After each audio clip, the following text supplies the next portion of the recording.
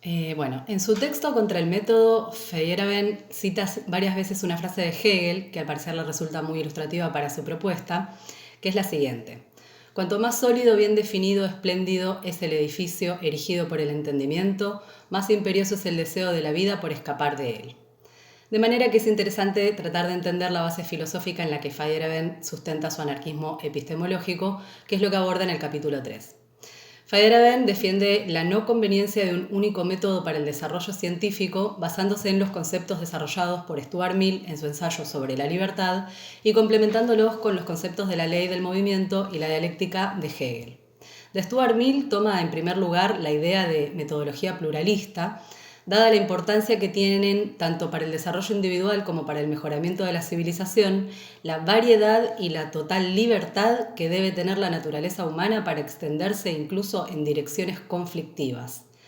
Mill da el ejemplo de la familia europea de naciones, que ha podido ir mejorando en lugar de quedarse estancada, gracias a la diversidad de caracteres y culturas que, entrando en conflicto de dominación unas con otras, ninguna ha prevalecido sobre las demás, sino que han tenido que ir tomando lo bueno que las otras tenían para ofrecer.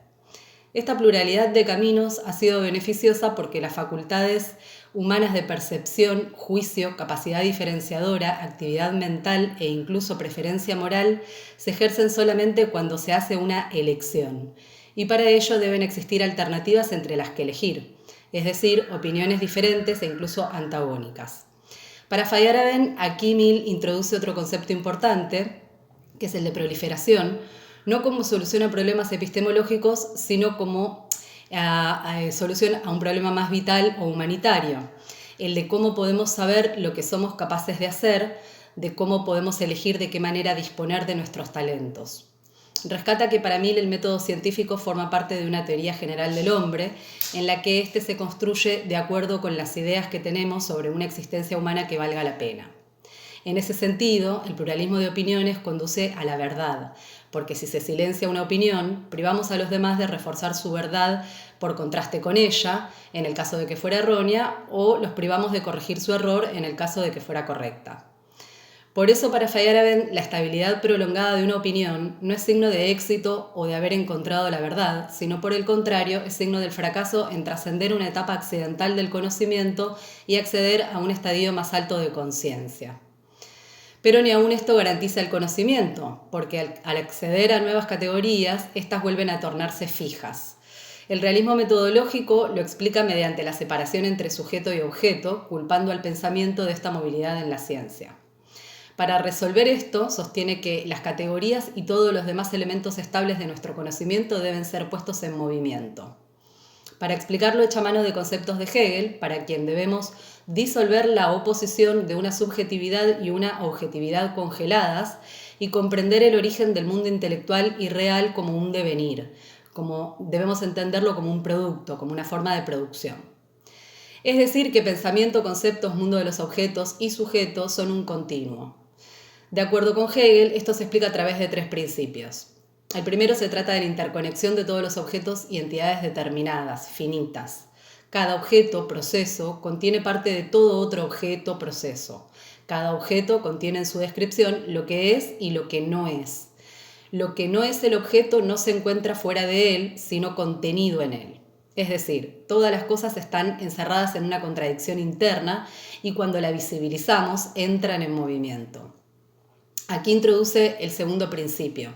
El movimiento de los conceptos no es un mero movimiento del intelecto, sino que es un proceso objetivo, porque cada objeto, proceso, tiende a poner énfasis en los elementos de los otros objetos contenidos en él y por tanto tiende a convertirse en lo que no es. Es decir, las cosas finitas determinadas son, pero contienen en su seno su propio fin, su propia negación. De esta manera se mueve de lo que es a lo que no es, se niega, pero no para desaparecer, sino para dar lugar a un nuevo concepto más elevado, más rico. Y este es el tercer principio. El nuevo concepto contiene al concepto original y a su negación, es decir, es el resultado de la negación de la negación. Es decir, vuelve al punto de partida, enriqueciéndolo, haciéndolo crecer. Esto es lo que Hegel denomina la ley del movimiento y la dialéctica.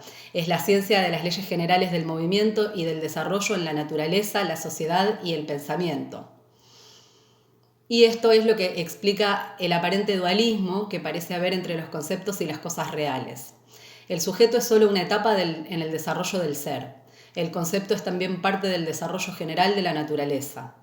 El que las cosas reales, los hechos, observaciones, experimentos, no estén de acuerdo con las ideas es lo que constituye su finitud, su no verdad, motivo por el cual son objetos. Resumiendo, dice Feyerabend, lo que hay que entender es que los hechos, las cosas reales, al ser objetos, contienen elementos de los otros objetos y tienden a transformarse en su negación. Para entender esta negación, debemos atender a los elementos que tienden a transformarse en sus opuestos y que pueden dar lugar al conocimiento, a la verdad, a la identidad de cosa y concepto. Para ello, lo mejor será proceder dialécticamente a través de una interacción de concepto y hecho que afecte a ambos, para lo cual no debemos trabajar con conceptos estables, no debemos abandonar la contrainducción y no debemos dejarnos seducir por la idea de creer haber encontrado por fin la descripción correcta de los hechos, que básicamente se actualiza, se encuentra siempre en movimiento.